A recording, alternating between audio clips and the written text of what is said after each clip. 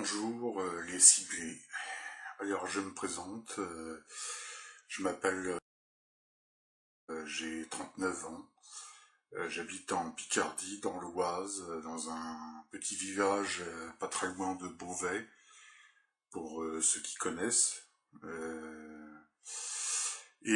Pour mon plus grand malheur, il se trouve que, comme plusieurs personnes en France, il semblerait que je sois ciblé par des réseaux de harcèlement. C'est ce qu'on appelle le gangstalking. Alors qu'est-ce que le gangstalking? Pour ceux qui ne connaissent pas, le gangstalking, c'est l'action de harceler une personne désignée, de la pousser au suicide, de la pousser à la faute, de la pousser à l'internement psychiatrique, de la pousser à devenir une personne criminelle, voire même de l'assassiner, mais d'une manière très discrète, de manière à ce que ça passe pour une mort naturelle, notamment par des bombardements d'ondes électromagnétiques qui détruisent à plus ou moins brève échéance l'organisme. Alors heureusement, j'ai la chance de ne pas avoir ce problème-là, de ne pas être encore bombardé par des rayonnements électromagnétiques. Mais cela dit, mon harcèlement en réseau, lui, est bien réel. Donc, comment ça se manifeste? Alors déjà par un espionnage permanent, 24 heures sur 24. C'est-à-dire que là, j'ai la chance de pouvoir habiter chez mes parents, parce que pour l'instant, ils n'ont pas encore réussi à faire en sorte que mes parents me rejettent. Bon, c'est une chance, quelque part. Mais en fait, la maison est espionnée, il y a des micros partout. Certainement, peut-être pas des caméras, mais ils ont certainement des techniques pour scanner chacun de mes mouvements.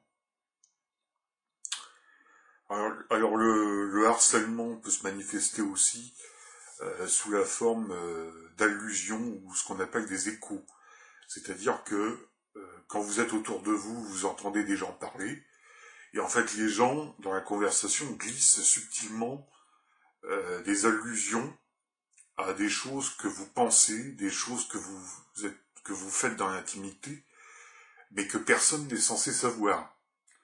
Et en fait, évidemment, quand les gens font des allusions, enfin des gens qui font partie des réseaux, évidemment, quand ces gens-là font ce genre d'allusions, le but, évidemment, c'est de vous faire peur. C'est de vous faire comprendre d'une manière très subtile, mais en fait d'une manière tellement subtile que personne autour de vous, parmi vos amis, ne comprend. De vous faire comprendre, tu vois mon coco, on t'espionne, on sait ce que tu fais, on est au courant de tout, de beaucoup de choses. Voilà, c'est censé faire peur. Hein. Alors le but aussi, c'est comme je l'ai dit, c'est de pousser à la faute. C'est-à-dire de vous faire perdre votre sang-froid en tant que personne ciblée, et de vous pousser à douter de vous, à douter de votre santé mentale, à douter de ce qui est vrai, de ce qui est faux, bref, à vous mener à la folie. Et qui dit folie dit naturellement hôpital psychiatrique, internement. Moi j'ai été hospitalisé en hôpital psychiatrique 3 fois. Alors la première fois c'est parce que c'était en 2012, je ne comprenais tellement pas ce qui m'arrivait, c'est-à-dire que j'avais tellement peur de tout ce qui se passait autour de moi que j'ai pris la fuite, j'ai fui le domicile. Et après, je suis tombé sur une bande de gendarmes un petit peu spéciaux qui m'ont contrôlé, mais ils avaient besoin d'être 8 et de m'encercler pour me contrôler. Ils avaient des armures anti-émeute. Et puis il y avait 2 autres gendarmes qui, eux, étaient en civil et qui se déplaçaient en motocross dans la campagne. Bon, c'était censé être un simple contrôle d'identité. Bon. Alors, comme j'ai refusé de coopérer avec eux, parce qu'ils avaient des manières assez spéciales, hein, Alors comme il savait pas quoi faire de moi et que il n'avait rien non plus contre moi, c'est-à-dire qu'il n'avait aucun prétexte valable pour, euh, pour me verbaliser ou je ne sais quoi. Alors du coup, on m'a envoyé en hôpital psychiatrique. Et les 2 autres fois où j'ai été interné, en fait, je paniquais tellement que j'ai fait 2 tentatives de suicide à peu près 2 ou 3 semaines d'intervalle. 2 tentatives de suicide et donc 2 internements. Et pendant ces 2 internements, j'ai été harcelé, mais comme jamais. Harcelé non seulement par le personnel médical, qui faisait partie du service dans lequel j'étais interné, mais également certains internés eux-mêmes. Alors, bizarrement, là où j'étais, en fait, les internés sous la contrainte, eux ne participaient pas au harcèlement. Eux n'y participaient pas. En fait, les seuls qui participaient au harcèlement, c'était les gens qui étaient internés volontaires, si j'ose dire. C'est-à-dire, en gros, les gens qui viennent là parce qu'ils ont des petits soucis, des petits coups de dépression. Et dans le tas, il y a quand même beaucoup de SDF et d'ex-dollars. Et ceux-là m'ont harcelé à fond pendant plusieurs semaines. Ils m'ont privé de sommeil. Ils n'ont pas arrêté de me faire des allusions pour me faire comprendre qu'ils connaissaient ma vie privée, qu'ils savaient tout ce qui se passe, tout ce que j'avais l'habitude de faire dans ma vie de tous les jours. J'en ai pris, je veux dire, psychologiquement, ça a été assez éprouvant. Mais d'un autre côté, ces gens-là, je les remercie parce que, sans le savoir, ils m'ont aidé à comprendre ce qui m'arrivait. Ils m'ont mis sur la piste. Et puis après, de fil en aiguille, de 2013 jusqu'à maintenant, bah, j'ai réfléchi à tout ça et en fait, j'ai fini par comprendre que finalement, je ne déraillais pas tant que ça et que finalement, le harcèlement, lui, c'était pas de la paranoïa, c'était bien réel. Et d'ailleurs, toutes ces méthodes rappellent beaucoup bah, toutes les méthodes employées par la Gestapo pendant la Seconde Guerre mondiale, et surtout par la Stasi, c'est-à-dire la police secrète est-allemande qui a sévi dans les années 60-70 en ex-RDA, et qui, pourtant à cette époque-là, il n'y avait pas de smartphone, il n'y avait pas d'internet, il n'y avait pas tous les moyens de communication qu'on a maintenant. Mais pourtant, la Stasi faisait déjà un travail très efficace. Hein. C'est-à-dire qu'en fait, c'était à peu près un tiers de la population qui servait de petits indiques, de petits agents clandestins, qui travaillaient consciemment ou inconsciemment. C'est-à-dire que ils travaillaient pour la Stasi, mais il faut quand même savoir que généralement, quand quand les services secrets veulent mener une action d'information, de renseignement sur un individu, généralement, ils ne se salissent pas les mains eux-mêmes. C'est-à-dire qu'ils utilisent ce qu'on appelle des agents clandestins, des petits indiques. Et en fait, ce sont des gens qui eux, n'ont rien à voir avec les services de renseignement, avec les services secrets, mais qui sont utilisés comme des pions, qui sont manipulés. Alors généralement, on utilise leurs faiblesses, c'est-à-dire que souvent ce sont des gens qui ont des problèmes d'argent, qui ont des problèmes légaux, qui ont des problèmes sociaux, qui ont un manque de reconnaissance. On utilise toutes leurs faiblesses pour essayer de les soumettre et de les faire obéir parfois à des ordres complètement idiots ou à les faire collaborer à une mission qui vise à discréditer quelqu'un, à obtenir tout un tas de renseignements sur quelqu'un. Et donc la Stasi accumulait des dossiers comme ça sur tout le monde. En fait, c'est après la guerre froide, on a constaté qu'en ex-RDA, il y avait à peu près un tiers de la population qui avait collaboré avec la Stasi.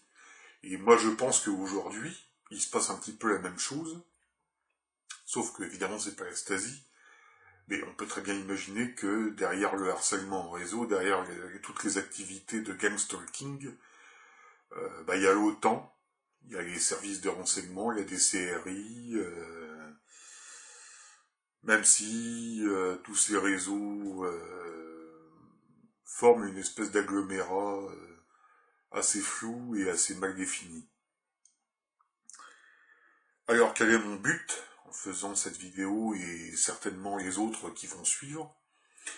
Alors déjà c'est de sauver ma vie, parce que bon, je me sens quand même un petit peu en danger. Hein, apparemment il y a des gens qui ont l'air de quand même d'être décidés à me démolir. Alors pour l'instant ils essayent de me démolir psychologiquement. Demain je sais pas ce qu'ils vont essayer de faire. Hein, pour l'instant j'ai pas encore eu droit au bombardement par ondes électromagnétiques. Mais c'est déjà une forme de torture psychologique. C'est-à-dire que je suis suivi quasiment partout où je vais, avec des gens. Par exemple, il n'y a pas très très longtemps, j'étais parti m'acheter des cigarettes dans un bar tabac dans la ville voisine. Il y avait une espèce de vieux monsieur qui devait avoir dans les 60-65 ans. Alors il était là, il restait immobile, et puis il guettait. Et puis quand moi je suis arrivé, que je suis sorti de la voiture, il s'est dirigé vers moi, et puis en fait il est entré dans le bureau de tabac quasiment en même temps que moi. Alors moi j'ai commandé une cartouche de cigarette, et lui il a pris le premier journal sur le présentoir, le Parisien, et il est passé juste après moi. Il a payé son journal très rapidement, parce qu'apparemment il avait déjà de la monnaie dans sa main, et il est même sorti du tabac avant moi. Et en fait ça donnait une scène assez ridicule, parce que en fait il me suivait mais en me devançant, et de temps en temps il tournait la tête, il s'arrêtait et il tournait la tête pour voir, pour dire bon qu'est-ce qu'il fait, est-ce qu'il change de direction, est-ce qu'il s'arrête, est-ce qu'il avance, est-ce que je continue à marcher au même rythme, est-ce que je dois marcher plus vite. Enfin c'est ridicule, hein, des situations complètement débiles. Et alors il y a un autre indice qui est très caractéristique d'un harcèlement en réseau, c'est quand on voit plusieurs fois les mêmes visages, plusieurs fois les mêmes personnes, mais dans des endroits complètement différents et dans des situations complètement différentes. Et moi, ça m'est déjà arrivé plusieurs fois. Par exemple, ça m'est déjà arrivé de voir le même homme dans 3 villes différentes, et il était là. C'était bien le même type, hein. Alors, je pense que c'est un chauffeur de taxi, et il était là, parce que c'est comme du théâtre de rue, c'est-à-dire que ce sont des gens qui font des scènes de rue, voilà, comme des acteurs, comme des comédiens.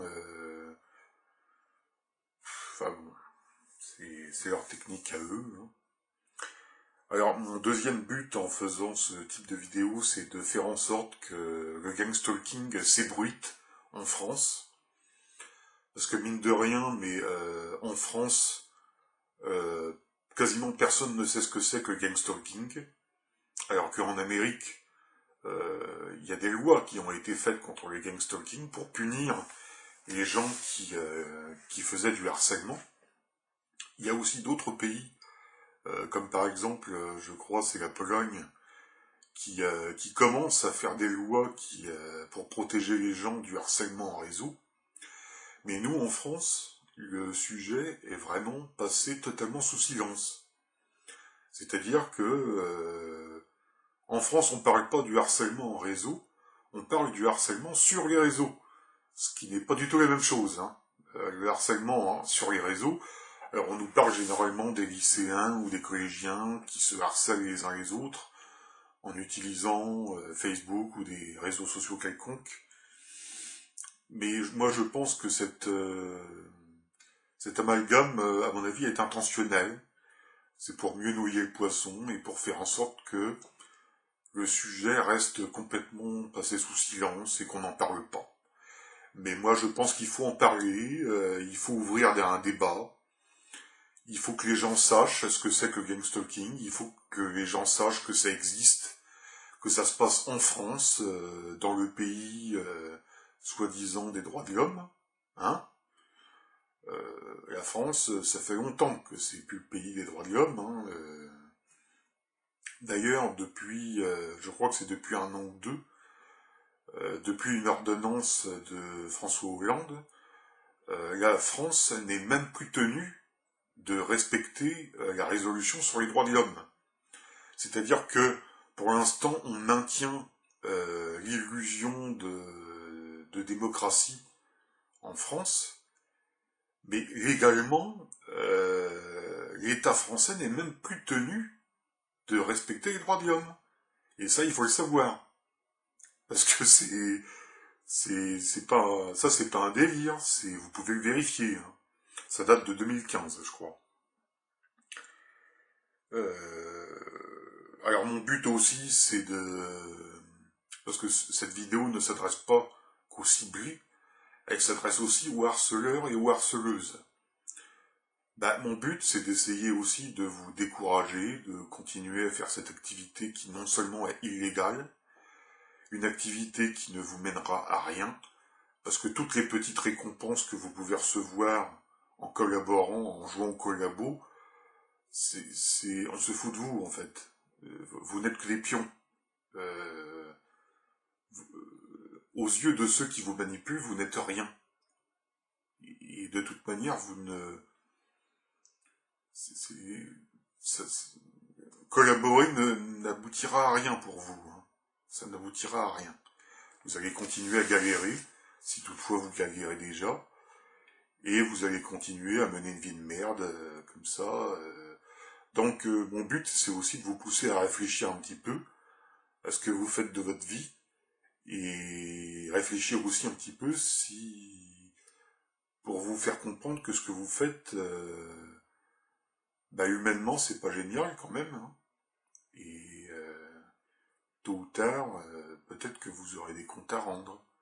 Et, en dernier lieu, je vous l'ai dit, mon but c'est d'essayer d'ouvrir un débat, d'essayer de faire en sorte que vous qui avez regardé cette vidéo, renseignez-vous sur le game stalking, renseignez-vous sur le harcèlement en réseau, renseignez-vous sur le mind control, et commencez déjà à en parler un petit peu à vos familles, à vos amis, rien que pour voir ce qu'ils en pensent. À la limite, même si vous voulez en parler sur le ton de la blague, comme si c'était une légende urbaine, allez-y, allez-y. Mais le plus important, c'est qu'on en parle, c'est qu'on commence à en parler, et que ça se sache. Ça doit se savoir. Donc voilà. Donc je crois que je vais m'arrêter là pour cette première vidéo. Et je vous dis rendez-vous à la prochaine. Et bonjour chez vous.